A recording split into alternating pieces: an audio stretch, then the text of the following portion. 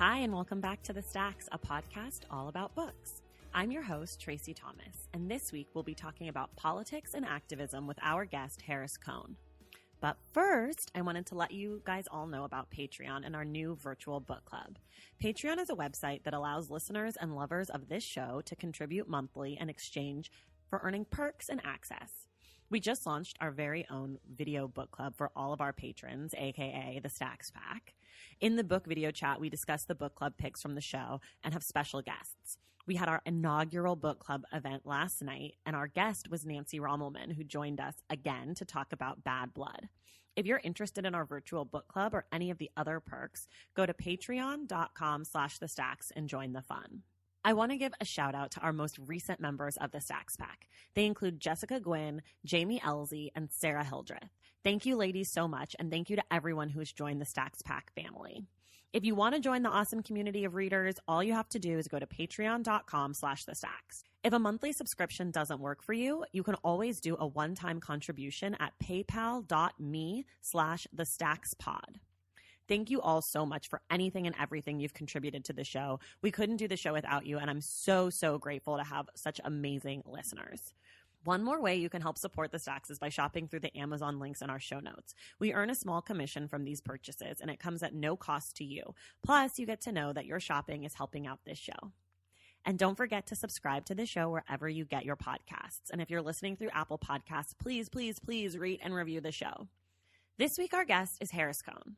Harris works in renewable energy by day and is a political activist by nights and weekends. We talked this week about how Harris got involved volunteering for political campaigns and how you can get involved too. We also, of course, talk about books, and everything we talk about this week is in the show notes. And here's my quick little reminder. If it's not too late, make sure you're registered to vote. Okay, here's the episode. Enjoy.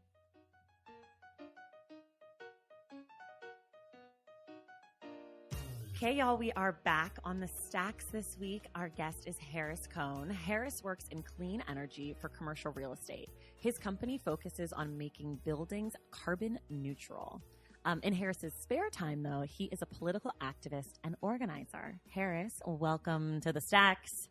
Well, it's great to be here with all these beautiful volumes of books and things. Oh, Harris is embellishing what my home looks like. There's no books in the room we're sitting in. So let me just warn you, Harris is a bit of an embellisher. Okay, tell us about yourself. Let's see. I grew up in Berkeley, California. Okay. Hotbed of political activism. That's right. And at a young age, I decided I was going to be a professional soccer player. Okay. How'd that work out? Didn't. Okay. Didn't work out. So I started getting into politics mostly right after college during the first Obama campaign. Great. But I think generally speaking about me, there's not a whole lot to it's not that exciting. I'm a young man. Yeah. Okay, where do you live?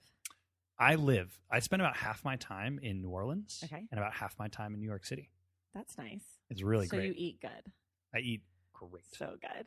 And you mentioned, we'll get to your political time with Obama, but before that, how did you get into like carbon neutral life? Man, I think it was really due to my brother. My brother is this super smart and interesting PhD guy who is a professor. Okay. And when I was 19, I literally asked him, what should I do with my life? And he said, climate change is going to be a thing. Oh. This was in 2006. Okay.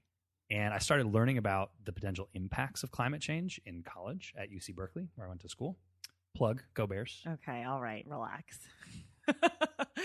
And what I discovered was that climate change has the potential to dramatically alter our entire existence. Sure.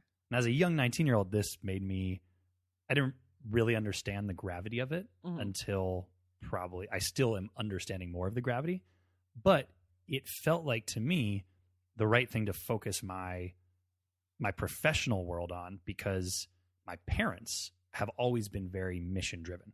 Okay. My mother does public health research. My father did vision research, and they instilled in me a very simple value. If your professional life is making the world a better place, even if it's in a tiny little way, you will be happy. You'll be fulfilled and satisfied. That's so Berkeley. I love that. Yeah. That's very cool. So you were like, okay, I'm going to check out climate change jobs. I did. So I first, when this brings us actually to the intersection of politics and my life, which was I was graduating. I spent all of the spring semester of my senior year doing nothing really more than trolling the job board at UC Berkeley. Mm-hmm. And my major at UC Berkeley was conservation and resource studies. I show up at the Career Center. I tell them what my major is. And they give me this very quizzical look. And I say it again. And they say, oh, I think we had a couple of you in here once. Immediately, my antenna, my alarm bells are going off. She comes back with this manila folder, very thin, with a layer of dust on it. And I swear she blew it off and opened it up. And she said, oh, yeah, a couple of your major were here back in the 90s. I said, oh, great. What are they doing now? You know, saving the world somewhere. They're going to give me a job. This is going to be great. Like, yeah, we got them jobs as Greenpeace clipboard holders right outside of Safeway. No. Just trying to get donations and people to sign petitions. So that's that really good Cal Berkeley education. That was that Cal Berkeley education. So I spent a lot of time hustling for jobs and stuff, and I decided to go work at a large utility company. Mm-hmm. This was May of my senior year of college, and Pacific Gas and Electric, PG&E, was hiring. They were hiring for young people to come fill all the roles that the 60-year-olds who are about to retire were going to leave from. And I interviewed, and I did my best, and I put on my ill-fitting suit, and they gave me a job. They gave me a job offer. And this was right around May of 2008 was when I was graduating. And so I had a start date of July 15th when I was going to show up and start my job in this big high rise in San Francisco. So that's part of the roots of, that's how I extended the climate changey stuff to my first professional job. Okay. So you are going to go work in PG&E. And so I kind of know the end of the story, you guys. I didn't just meet Harris today. I kind of know how this story goes, but you're going to go work for PG&E, and between May and July 15th, what happens?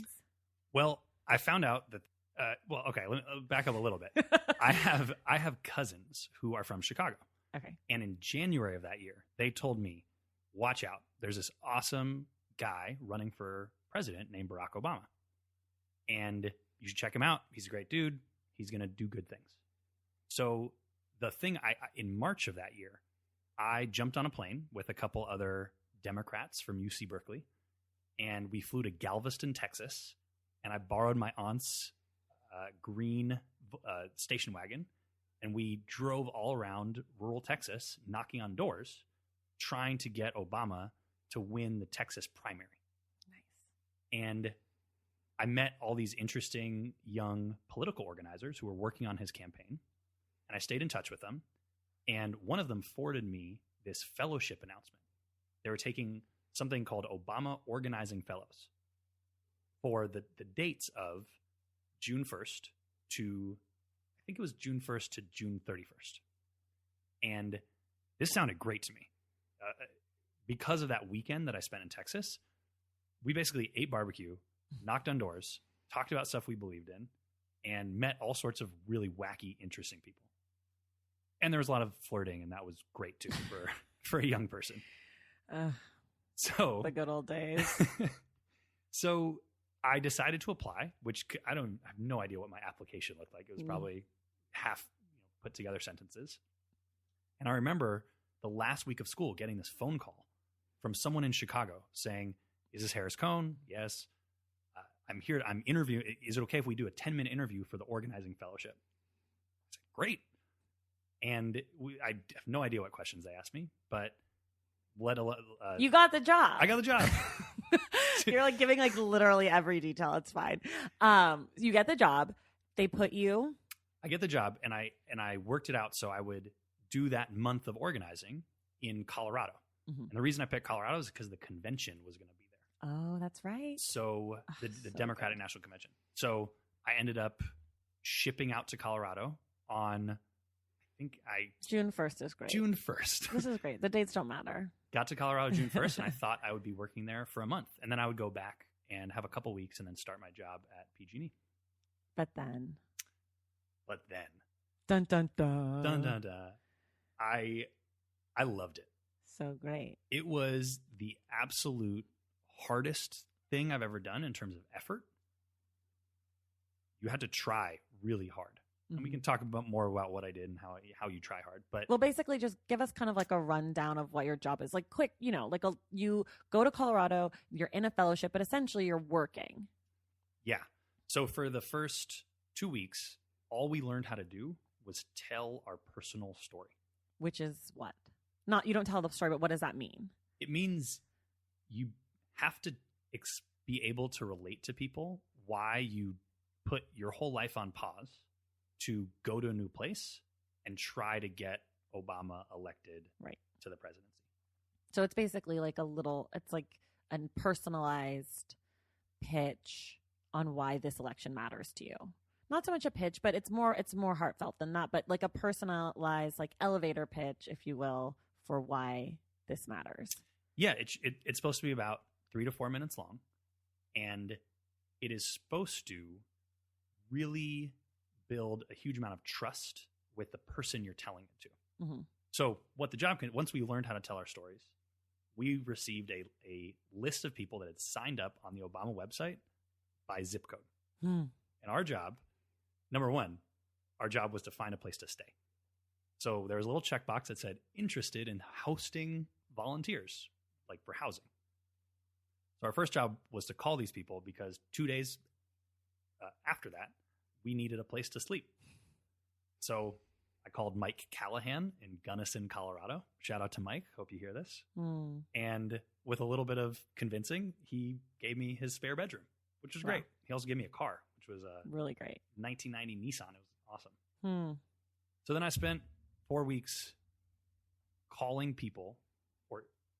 The email didn't exist. Texting didn't exist at the time. It existed, but not to do this work.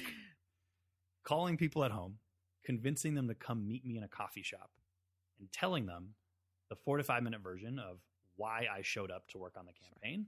And then this was probably the most powerful thing, asking them why they liked Obama. Right. Or why they showed up to meet you.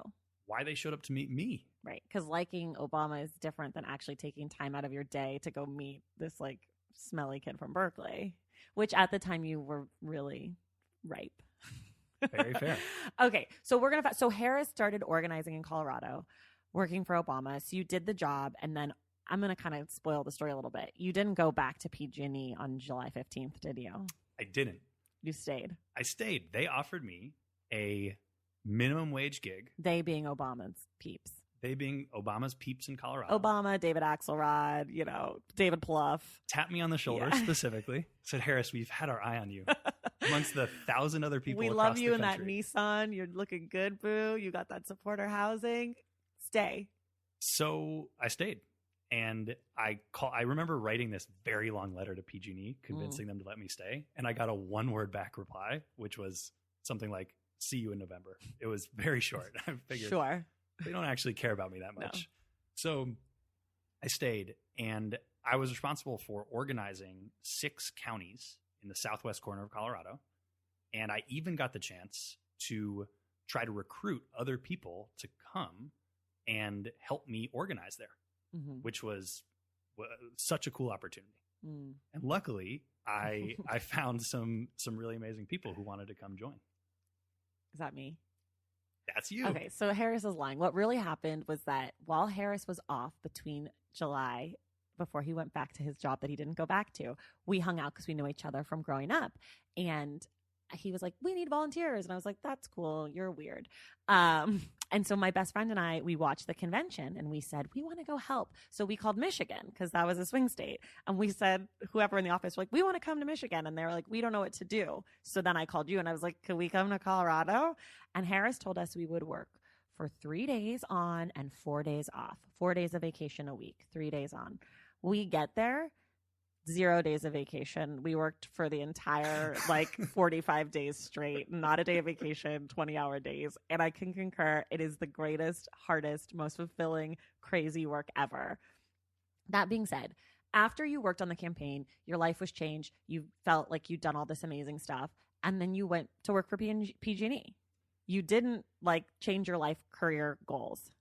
I didn't. And it is I didn't, but I did in the following way. Obama and being a political organizer has a lot of selling involved in it.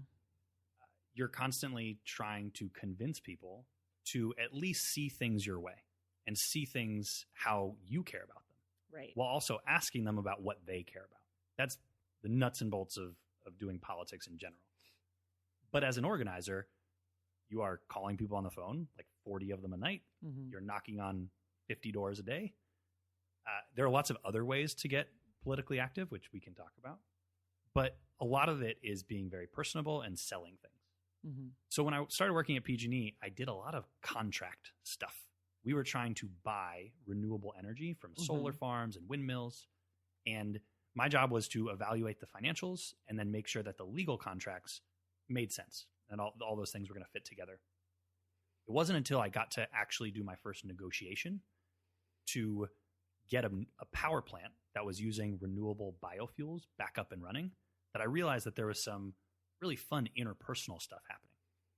So I spent 3 years at PG&E learning the ins and outs of the business, and I jumped into a sales job at a different clean energy company than I'm at now because it felt like political organizing. It felt like I was selling a mission of clean and renewable energy, which reminded me of selling this transformative candidate, like Obama. So I don't really know much about clean energy. Like I always say to people, you know, if you're interested in politics, like you should pick things that you're passionate about and you should focus on those things and let other people who are passionate about other things do that work. So like I'm not a super like green person. Like I have a reusable straw and stuff, but like it's not something that I'm excited about because I'm not really sciencey minded. But for people who are listening who maybe don't know a ton about, you know, renewable energy or climate change or that kind of stuff, like are there any books that you might recommend to people or like, you know, books that you've read that have influenced your work in that field? Actually, okay, I can give you an answer here. I really think that there is a writer named Elizabeth Colbert. Okay. Unrelated to Stephen Colbert. Okay. You spell her name Kolbert. All right. And she writes for the New Yorker. Okay. And her main thing that she writes about is climate change and politics of climate change. Okay. So she does a great job of breaking things down into bite-sized pieces. Okay. I'll link to her and all the other stuff we talked about in the show notes. Actually, on that, there is one writer that I know that I like. His name is Van Newkirk, and he writes for The Atlantic. And he writes about climate change, but also about the racial politics of it. He's a Black guy in D.C., so he spent a lot of time like in Puerto Rico talking about the hurricane and like what is politically involved and like the power struggle around climate change. And so that's interesting too. And I read some of his stuff, but even that is hard for me to understand because, you know, like I said, it's just not something that I'm passionate about. So I don't spend a ton of time there, which might not be super admirable, but truthful. I started reading Van Newkirk because of you. He writes at The Atlantic. Yeah, he's so great. I love him. He's so great. Okay, let's talk briefly just about getting involved in campaigns because as someone who's done it, both you and I'm sure you got a lot of questions from people that are like, I want to help out. Like, what can I do? I don't want to knock on doors or like, I don't want to make phone calls. And I'm interested to hear what your response is to that. And then I'll tell you what I always tell people. Go ahead. My response to that is get your ass out on the doors and make some phone calls. It's not that scary. It's just not that scary. It's just not that scary. Now, I think it's fair to say that we are both pretty extroverted people. Sure, but I was a Black girl, 22 in Southwest rural Colorado. I got called the N-word. Like people tried to pull guns on us. Like, so you're probably going to be fine. That sounds really scary, but even that wasn't that scary. Well, you're exceptionally brave. Right. Maybe. I don't know. That's nice. If you're extroverted, it's not that scary. But also if you're really nervous, take your friend with you. Take your friends with you. 3 friends with you. It is a really fun way to spend an afternoon. It is. Dead honest. At the same time, there are so many other ways to get involved that are not as having to talk to other people. Sure. And you can like, sorry to interrupt, but like if you're feeling scared or nervous about knocking on doors, you know, you go to your local campaign office and they'll put you on the phones and you'll make a few phone calls and you'll have the conversations that you were scared to have. And then all of a sudden the doors don't seem as scary. But just like, as I said, take friends with you. My best friend came with me when we went to Colorado to work with Harris, and she and I would take a street, and she would do the evens and I would do the odds. So you were always like within eye shot. We would never get away from each other. But in the beginning, we knocked doors together like two Girl Scouts. Like, you want to buy cookies for Obama? So there are ways to knock doors that aren't that scary. I just want to throw that out there because I know that's a huge fear. Phone calls, but then Harris, tell some other ways. Yeah, one of the best ways that I recall being so appreciative of and making so many fun friends was actually there's someone called the Comfort Captain. Donna, shout out. Donna Fitzpatrick. She was our Comfort Captain. In Cortez, Colorado, is a wonderful woman. She'll probably have a spare puppy for you if you go visit her. She's the best. But she would just make us food. And not just us. She would make all 20 people who showed up on a daily basis to volunteer food. And these little campaign offices, which here we are in mid-October, are going to be springing up and have already been in existence for the last few months. They've got young, interested people who care about the future of the world eating delicious home-cooked food. So if you've got a recipe you want to try out, or if you want to support the people that are making the phone calls and knocking on the doors, bake a casserole. Sure. Bake a pozole. Sure. That's not drop it off at the yeah. Well, the truth is, so where we were in Colorado was a very red county, and a lot of the people who we spoke to were like, I support Obama, I plan to vote for the Democrats, but I don't want my neighbors to know. So I don't want to knock doors, not because I'm scared of knocking doors, but because I don't want my neighbors to know my politics. So that was a really great way for those people to be involved in the campaign. Also, supporter housing. If you have an extra room or two and you don't mind having some strangers, because some of the work is scary, but there are people who are willing to come from out of town and do it. And like, I don't care if your neighbor knows I vote for Obama, like I'm going to be gone in a little bit, but I do need like a shower. Yeah. Hosting some of these younger people who are on the road and doing this is an incredible way to meet like-minded people who you would have never encountered before. I go back to this, but a lot in my head, and I don't think I've ever said it out loud. Politics is the new Top Golf. I don't know what Top Golf is. Sounds terrible. Top Golf is like the Chuck E. Cheese for suburban adults. Okay. It is a golf driving range full of arcade games and pinball machines and terrible food and cheap drinks. Okay. And they play top 40. Great. And they have couches to watch people hit golf balls. Okay. So, and it costs an absurd amount of money. But my theory is that people just want to see other people. We're all on our phones all day. I see. Doing all this individualistic stuff. People just want some experiences to actually connect with other folks.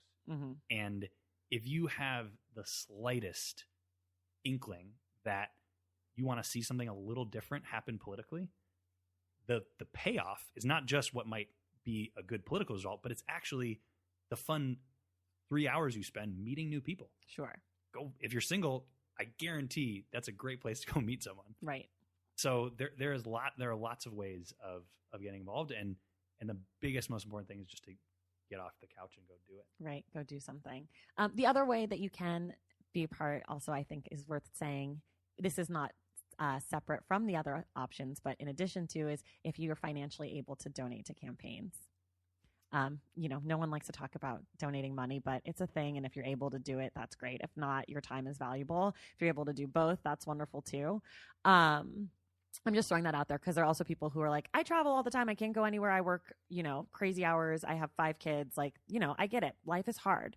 Life is not easy. And any ways you can help, whether it's making a casserole, knocking on, some doors, we set up something called the Barack Stars of Montezuma County, and it was all the high school kids who couldn't vote yet, but were passionate. So if you are a parent and you have teenagers and they're interested and they care, make it a family thing. It's fun. And also having children with you when you knock doors makes you feel very safe because no one's going to fuck with your kids. And if they do, call me and I'll come out there and get them. Okay. So just the last little thing, in case you are interested, do you have any organizations that people should know about where they can reach out? Because I was lucky that I had you and I could reach out and say, Claire and I are coming. But what if, like what happened to me, you call Michigan, you're like, hello, state of Michigan, we're here to help. And they're like, we don't know you. Where should we go? Yeah, I've got a couple of good ones. Basically, there is a every single large progressive Democratic organization is teaming up to aggregate everyone that wants to help for the last weekend before the midterm elections, which is literally in 2 weeks. So this is called, it's actually called The Last Weekend. Oh, it's not called GOTV anymore? Get Out the Vote? It is called GOTV, but The Last Weekend is the name of the organization. Is the name of the organization. And it's got people like Swing Left, Move On, Indivisible, Organizing for America, which is the Obama campaign's new organization. It's got everyone you can imagine. And so if you go to thelastweekend.org, you can put your name in, you can put your phone number in, put an email address in, and they'll contact you for what's going on around you that last weekend. If you didn't know, the U.S. Congress is up for election. The entire House of Representatives is getting elected. And there's about 235 of them. And there's over 90, I think, districts, which is basically like almost half of the country. So no matter where you are, you should be able to find a place where there's some interesting political activism going on and that you can be a part of. Right. And so this is if you only want to commit for a weekend, this would be the best place to find it. And then Swing Left is the folks who've put together that list of those 90 districts. And they will have things going on starting right now. I guarantee you there's an event tonight, not probably less than 30 miles from you that you can go participate in. Right. And if you want to travel for this, you know, if you have the means and you want to go somewhere that you think might be more exciting, like where there's a governor's race or something, like you should definitely reach out because I'm sure they have supporter housing and they're waiting for you. If you feel like where I live, I don't have something exciting, or, you know, my senator or my congressperson is pretty safe, like you could travel. I think, you know, my plan is to go just an hour outside of LA. There's a bunch of interesting races that are contenders, and I'm not going to travel far this year, but, you know, if that's something that you're interested in, it's kind of fun. We've done it a bunch. Couldn't agree more. It's really fun. So, you know, try to make this fun for yourself. But let me just say this last little thing before we move on, or two last little things. One is that no matter what you do, please today make sure that you're registered to vote and make sure that you have a plan to vote. Because in the end, if that's the only thing you're able to do, that's not an only thing, that is everything. So please make sure that you're registered and that you go vote and you have a plan. And if you can take someone with you, take someone with you. The other thing that I was going to say, I forgot, because it was so important that you vote.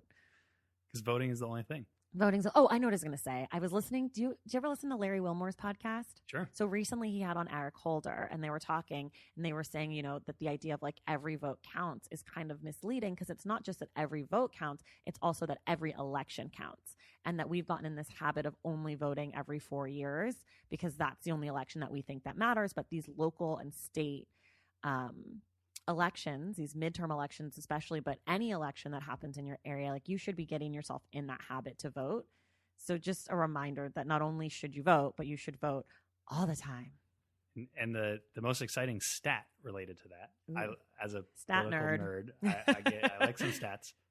The population of Americans aged, I believe it's 18 to 24, is now the largest section of the American population. Okay. It's bigger than baby boomers. Wow. And they never vote. Well, some of them have never been able to vote. Some of them have never been able to vote. But no, that age group just doesn't vote. Right. And so if you're listening and you know an 18 to 24-year-old, and you know 18 and 24-year-olds who like to listen to book podcasts. But you probably know some of them. Yeah, you do. Get on them. Because if they voted, this country would have a much different look to it. Right. And, you know, obviously our politics are left-leaning, but if you're right-leaning, you should go get your community active too. Like, this isn't necessarily a call to action for the left. It's a call to action for your civic responsibility. So if you have a candidate that you love who's a Republican or a Green Party or whatever it is that you're passionate about, just go do it. Okay, we're done. Wait, I do have one more question.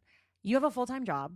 You travel for work. How do you make time to be involved politically? It comes at the expense of other things. Sure. But the level of fulfillment that you get out of it, or that I get out of it, is much greater than throwing back a couple beers at a bar with random folks that I don't see that often. Right. So the people that don't do it that often, political activism, probably don't quite understand that type of fulfillment. Sure. I don't mean that. That sounds bad. That sounds No, mean. you're just saying like you got to try it to understand it, basically. You got to try it a few times to understand it because it makes you feel way different than just doing something that's recreational. Sure. And yeah, I can't stress, get some friends to come with you because that makes it even more fun. If you don't have friends to go with you, that's fine too. You'll meet people, but it is fun to go with your friends and do this. We have a whole crew that we do this with, and it's like whenever there's elections coming, I'm like, where's the Elmers? We call ourselves the Team Elmers because we're the glue. Shout out Team Elmers. Team Elmers. Also, one other thing that you can do, which I found out, someone from Team Elmers told me about, they have ways where you can literally from your computer text people. They don't ever get your phone number. You just text them like on the last weekend, reminding them to go vote, and here's your polling location. So if that's something you're able to do, like it all matters and it all counts. Valentine's Day is upon us, and I've got love on the brain. Love for books, duh, of course. Hello. Did you forget what podcast you're listening to? I love bringing you all great reads, exclusive author interviews, and behind-the-scenes book gossip. But I can only do that with your support over on Patreon and Substack. Our Stacks Patreon community, also known as the Stacks Pack, is where you can go for book club meetups, a private, very active Discord, and a year-long mega reading challenge to help you achieve all your reading goals. Plus, you also get that monthly bonus episode. Now, over on the Substack, you can subscribe to my newsletter, Unstacked, where I keep the book conversations going. I also give you a healthy dose of sports and pop culture, definitely some hot takes happening over there. And again, that bonus episode. If you don't have a few dollars to spare, don't worry. There are free options on the Substack and the Patreon to get you a little extra Stacks magic. Making this podcast is a total team effort, and by supporting my Patreon and my Substack, you allow me to support my amazing team that makes the show possible every single week. So if you or your friends are looking to meet other book lovers and support this indie podcast, come hang out with me on Patreon, Substack, or both. I would love to have you. And since we're talking about love, you can gift subscriptions to the Patreon and the Substack for that special reader in your life. For the Stacks Pack, head to patreon.com/thestacks. And for the newsletter, head to traceythomas.substack.com. And also, there are links to both in the show notes. Okay, see you in the Stacks. Okay, we're going to move off of this kind of. We're going to move on to Harris's reading habits. Oh, boy. Unless you have anything else you want to add, but I feel like we've covered. I agree. I feel like we've really hammered home the point that we want you to be involved in the community civically. Okay. Harris, what are 2 books you love and 1 book you hate? The 2 books that I think I love above all others. Okay. One is East of Eden by John Steinbeck. Okay. And the other is City of Thieves. I love that book. David Benioff. You tried to recommend it to me like a few weeks ago, and I was like, I read that 6 years ago. Oh, yeah. It's so good. It's amazing. And for those who might recognize David Benioff's name, Game of Thrones. And showrunner. husband to Oh, this I don't know. Amanda Peet, the actress. Wow. Yeah, I think they're still married. That's amazing. Yeah. Also wrote, which is a great book. Oh, and a better movie. What? Is The 25th Hour. Oh, yes. A With Spike Lee Ed joint. Norton. That's right. When he was famous. And Philip Seymour Hoffman was in it. That's right. Philip Seymour Hoffman is like a fun sidekick. He was like a drug addict. Best friend. That's right. Super fun. Sidecar Philip Seymour Hoffman. Super fun. Okay, what about a book you hate? You don't hate a book? I don't hate books. I think all books are wonderful. Some are boring.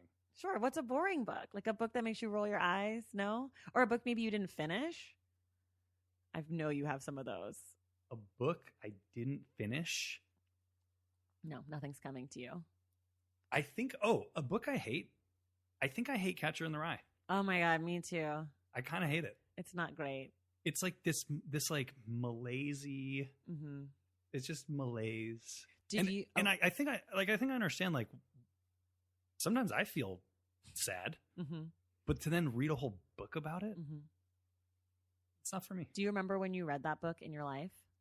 That was a high school one. Yeah, that was like a high school, like, so you should have English liked class. Because like I read that book after college, and I was like, this book does not connect with me. Like, I don't relate to this sad boy, but I feel like for men who read it in high school, they do connect with it. But you're different. I didn't understand what he had to be sad about. Yeah. As if I don't remember it very well, but That's he was what at you a remember. boarding school. He was. I don't remember it at I think all. his family kind of sucked. Maybe I don't know. Anyways, boo-hoo. Okay. What's the last great book you read? The last great book I read. I love nonfiction. Okay. So I just read a book that was 250 miles an hour. Mhm. Get through it in 3 days. Mm-hmm. It's called The Lost City of the Monkey God. Oh yeah, I've Seriously? heard of that. It's like Okay. about like it's a South American. It's not Colombia. It's like where it takes place in South America, right? It takes place in Central America. Oh, where? Totally different place than South America, but it is. Where? What country? It's like Nicaragua or It's not- Ecuador or something. It is the country Oh, of. God. This is embarrassing. It's okay. I believe it's. Okay, I'll Google it. We're Keep gonna look it talking. up. Tell us about the book. Basically, there is this amazing civilization that postdated the Maya. Mm-hmm. So we're talking about like the 1100s, Okay. and they built these incredible stone cities in the middle of the Honduran jungle. I'm sure it's Honduras. Okay. Am I right? I don't know. I'm waiting for it to come up. Keep talking. And so they built these amazing structures, and the jungle there is so aggressive that it completely covered it up. Wow. So what you'll find in the book is that for roughly 500 years, no person has ever set foot in these places, besides like some very small indigenous communities. Wow. that are there, but not really, because it's a really harsh place to live. And so this whole book of how they found it and the politics around it and what it contains and why it's there is fascinating. How much are you willing to wager that it's Honduras? God, I'm going to lose. It's Guatemala?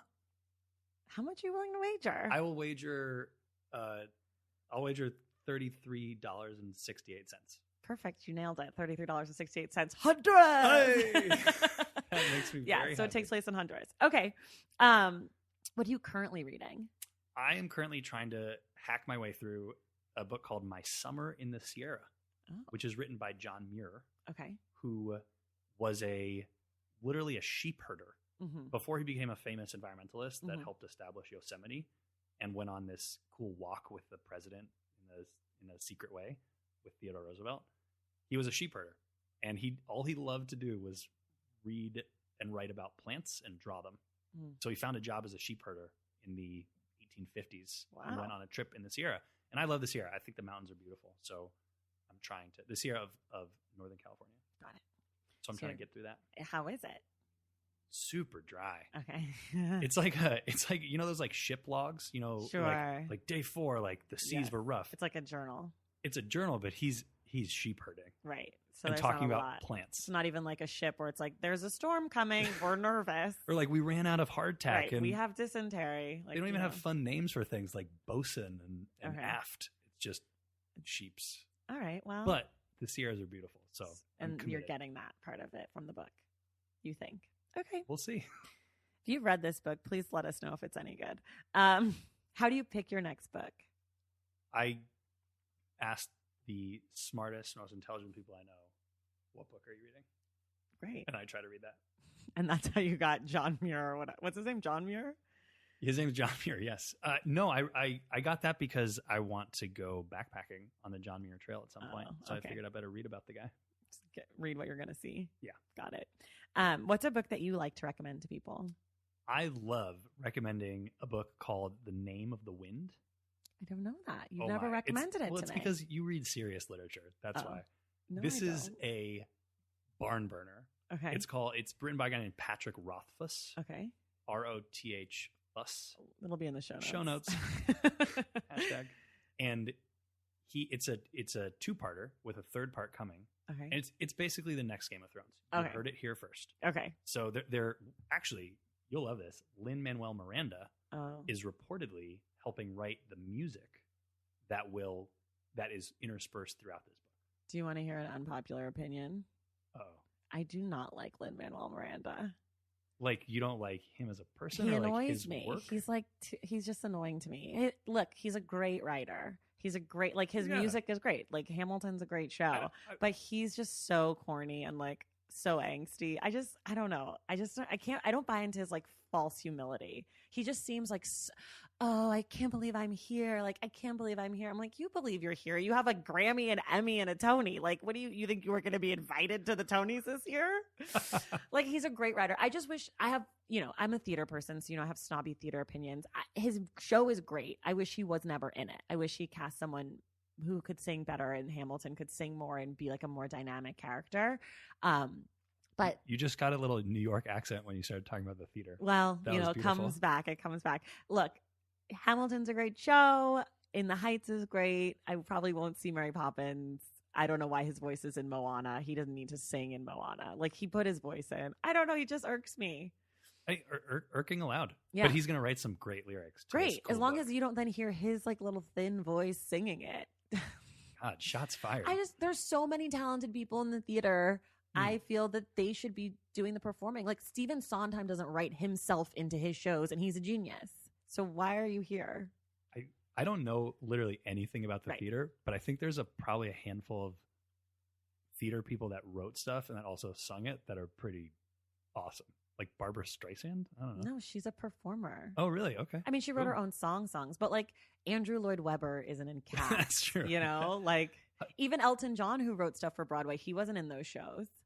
Maybe Hans Zimmer isn't in all the Christopher Nolan movies. Well, I don't Analogy? Sure. I don't know. This is just my, I don't like Lin thing. I don't know. I think he's talented. I'm not taking away from his skills. I don't want anybody to be like, Lin's amazing. What do you know? He's great. I just don't think he's that good of a performer. Let me turn the podcast around for a second. If you could ask one question of Lin-Manuel Miranda at a press conference or just in a gaggle, what would you ask him? Only one. Does he have to answer honestly? Yeah, he'll answer honestly. I mean, I think if you ask nicely.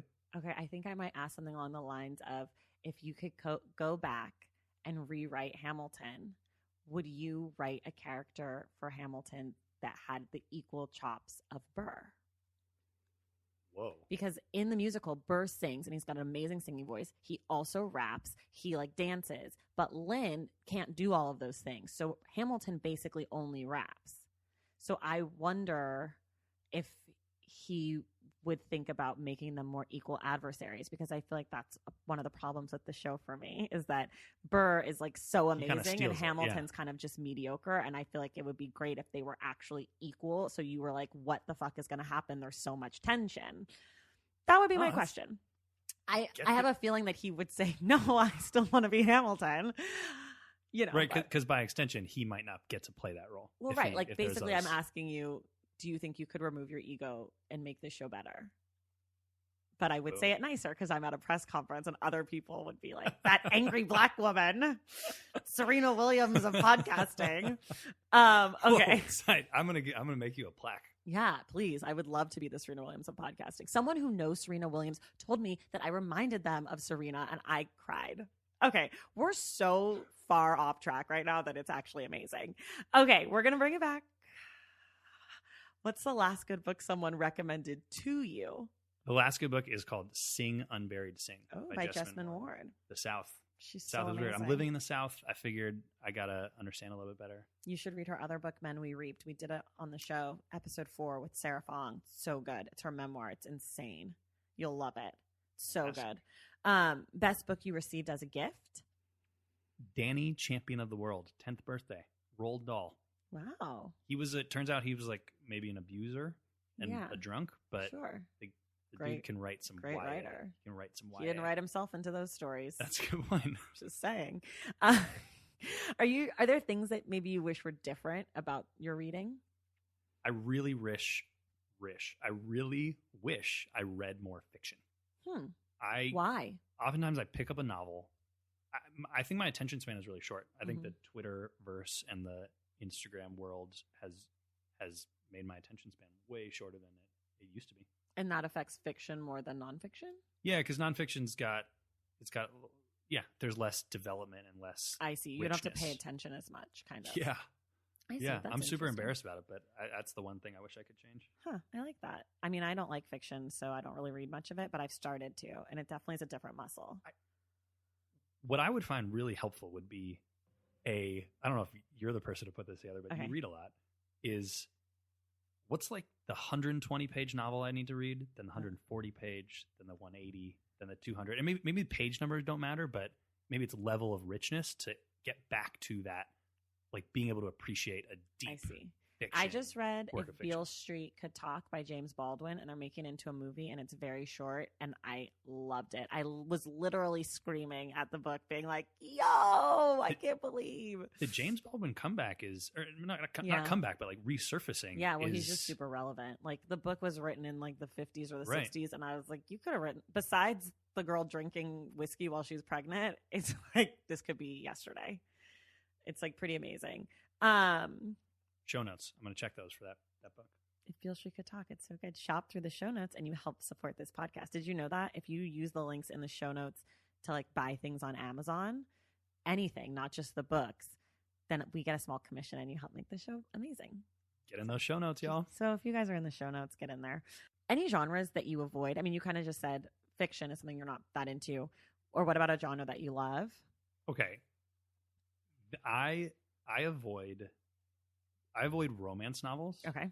Only because I associate them with, well, they are the novels at the front of the supermarket. yeah. I don't actually know if they're there anymore. They're not. But like those like glossy, like mass markets. And given my attention span for deep literary fiction, I think I should just go read romance novels. Maybe. I think that could be like my on track back to on ramp back to fiction. Can I give a plug? Can I give a shout out? My two cousins run one of the only romance only bookshops in the United States. It's in LA.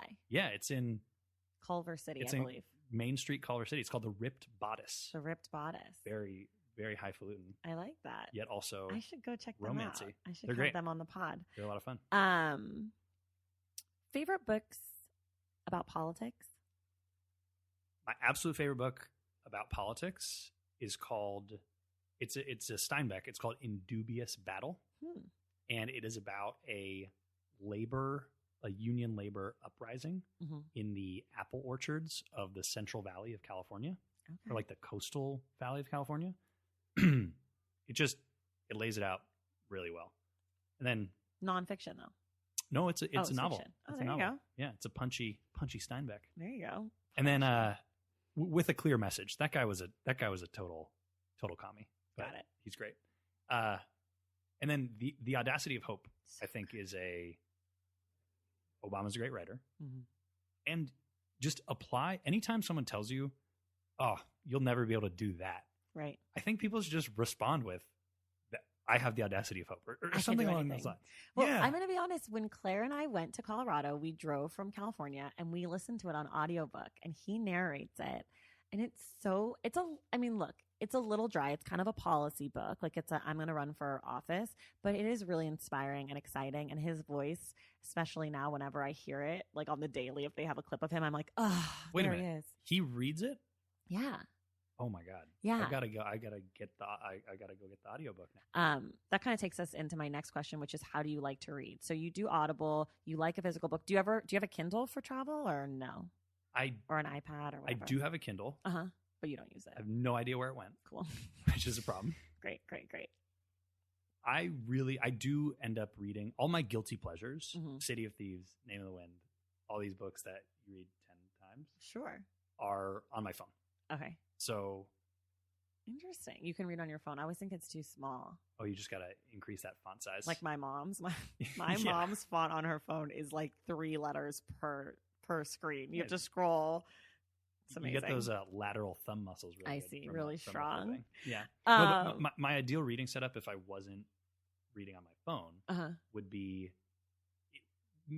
there is a $10,000 idea in here of a book holder that attaches to a hammock. Because when you're in a hammock, it's very uncomfortable to be in the hammock and hold a book. So if like a book holder could just hang a book in front of my eyes. I read in my hammock. It works out. It works out fine. If you sit cross-legged also, then you kind of spread the hammock and then you have a little more space for your arms. Check that out. But I have a hammock that I love to read in. What's the last book that made you laugh? This one was hard for me. Okay. I have no idea when I read this, but I definitely, the book I laughed the most at Okay. was Me Talk Pretty One Day. Oh, which I okay. believe is David Sedaris. Yeah. What about the last book that made you cry?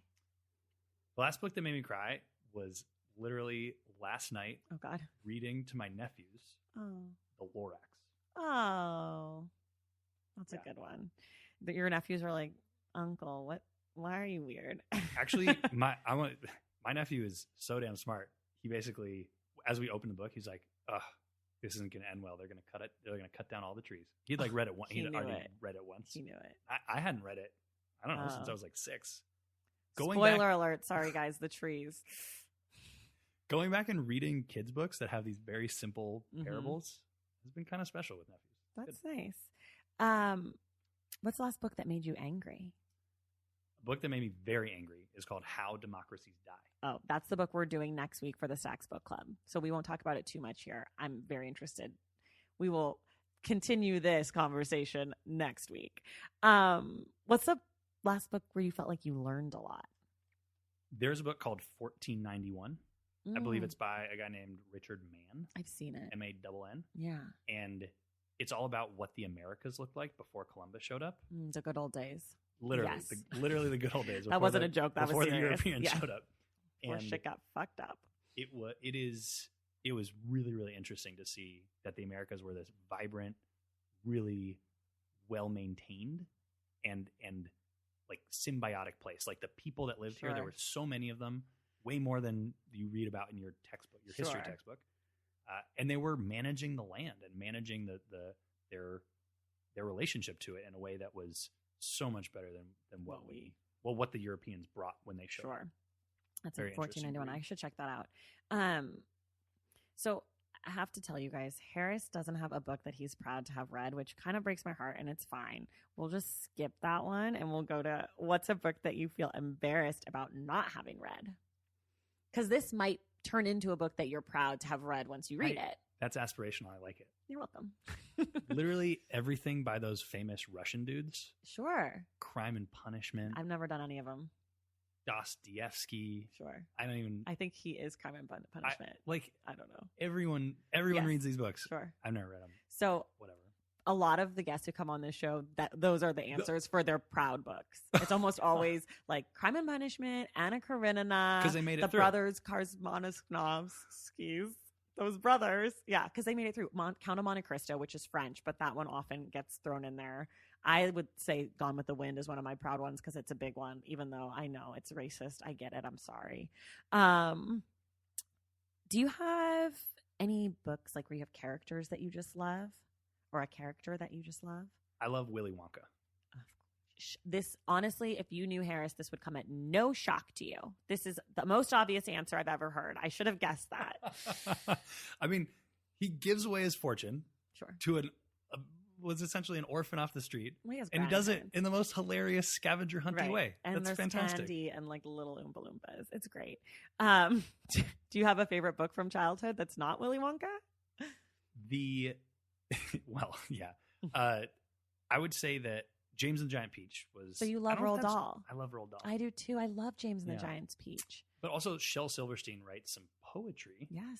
Where the does that have a place in the stacks? Yeah. I have that book here. It sits out prominently on my bookshelf. It's like one of the ones that has its own kind of area. I love it so much. Shel was badass. Yeah. I love Roald Dahl. Matilda. That's Roald Dahl, right? So absolutely. Good. BFG. So good. I can't think about it. That's the big friendly giant, and for those out there, because not doll fans. There is another use of that word, that term colloquially, but it's not nice. It's a big friendly giant. People, don't worry.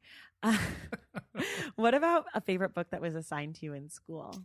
The absolute best book that got assigned to me in school was White Teeth by Zadie Smith. Oh yeah. I took instead of my English requirement. What school? College. At UC Berkeley. We're too old for that to be high school. Nice try. Try to act like you're young. I took a film studies class. Oh, cool. And they assigned White Teeth, and we got to watch movies. Nice, amazing. Yeah. Is there a book where you saw yourself reflected back? This is also a little obvious, but the main character in City of Thieves is a coming of age young Jewish kid who is like doesn't have any idea how to act around women. And he goes on this adventure, and he becomes somewhat of a more mature person. He becomes a man. Got it. By the end of the book. Amazing. I think it's like a hopefully. That's also aspirational for you. Yeah, I'm still working on some of that. All right. Who do you want to write the book of your life? All right. So I'm a huge SNL fan. Okay. And because you know me, this current cast of SNL, they're in it. They're all bad. Wow. Sorry. Shots fired. Shots fired. I hate SNL. I want to know. I want to see if you can guess. Who would write your Yeah, book? also a prominent writer on the show, not just a cast member. I don't it's cast and write. He appears in both. It's a he. Oh, so not Kate McKinnon. That would have been the That only would've answer. Or been Leslie fun. Jones, the only answer I would have cared about. Keenan? Keenan, I haven't seen Keenan do Beck? stand up. I saw Michael Che do stand up. Oh, that's who you want to write your book? He's a hilarious guy. Okay. Well, I saw the Emmys and no, he's not. Oh God, yeah, this is bad timing. This I didn't is- see it. He's not good, huh? We're not going to allow your book To be written by Michael him. Che? No. Hey, if Michael Che wants to Moving write on. Okay, next question. wait, time out. Does everyone else answer that with an author? Like an actual person that writes books, not someone who writes jokes? Yeah, most people pick an author to write their life story because they believe in their own legacy, their potential for a future.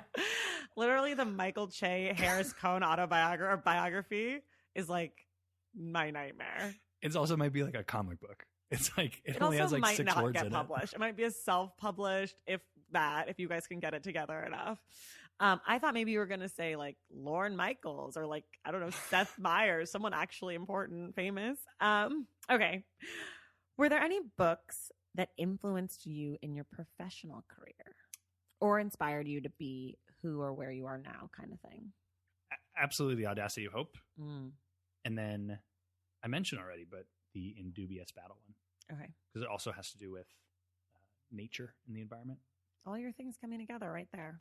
Do you have any favorite authors besides Michael Che of SNL fame? Shout out Michael and Che. Roald Dahl.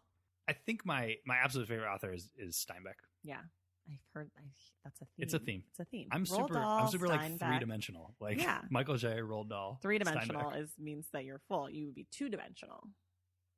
I mean, all 3 dimensions of all 3 dimensions of those men are. Just kidding. Harris is great. He's very smart. What is a book that you've read that you thought, dang, this could be a TV show or a movie?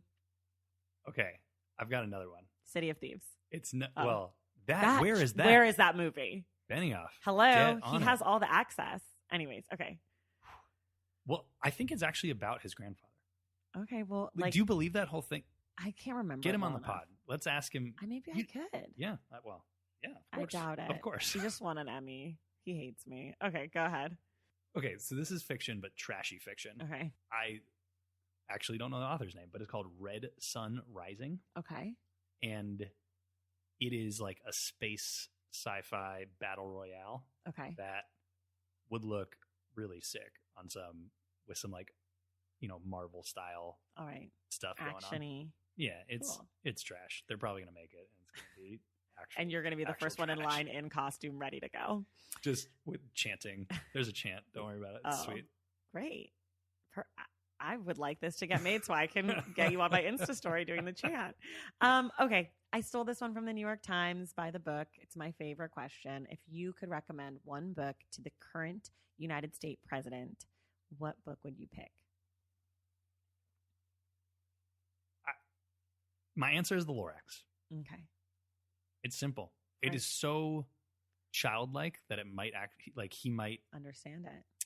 It's mean to say that he doesn't understand adult things because he really does, but I Right. don't think he cares about them too much. Sure, but this might simplify it in a way that he could find compassion. And it also has a ton of made up words in it. So he would. If do good if with no one that. remembers this, reading some Dr. Seuss recently, the man just makes words Makes up. up words. Listen, you got to get that rhyme in. I don't care. Yeah. Like, okay, actual favorite book, recent kids book. Okay. Actually, you have a lot of parents who are listeners. I think so. So, Dr. Seuss wrote a book called The Wocket in My Pocket, where he actually just makes words up that rhyme with household items. Oh, So there's like a Zuffa. No, wait, that doesn't rhyme. A Zofa on my sofa. Or A butt-bird in my cupboard. Okay, that's not the word, but yeah, my cupboard. He actually just makes stuff up, and I love it. That's a beautiful thing. That level of creativity. Sure. So Dr. Seuss, thing. also one of your favorite authors. Absolutely. You have 3 favorite authors. Well, 4 if you include Michael Che. Not an author. Future author, Michael Barely Che. even a human being. That's so mean. He's not that bad. Just him and Colin Jost are just low level news update people. Not for everyone. No, apparently. they're certainly not. And not for the Emmys. Thank you very much, NBC. Okay, today has been an episode where all I did was talk shit about other people. So I feel like I'm living my best life. I would like to apologize to Lin-Manuel Miranda, Colin Yost, and Michael Che. Thank you for pronouncing Colin Yost's name properly. It's Yost, not Jost. No, it's definitely Jost, but I think there's a bit where he goes by Yost. I think it might be like Keenan as David Ortiz goes on Weekend Update. Well, I stopped watching the show because I didn't like it, and I think Yost sounds better. Anyways, it gives him a little flair. He's very flary. Okay, before we get out of here, just reminding everybody, next week we're going to talk about How Democracies Die by Stephen Levitsky and Daniel Z. Blatt. I'm very excited about this episode. It won't have spoilers because it's nonfiction, and you're living it if you live in America. So don't worry. You know the answers. Harris, do you have anything else you want to say before we get out of here? Thanks for having me. Excited about next week. Yay. All right. Thank you guys. We'll see you in the stacks.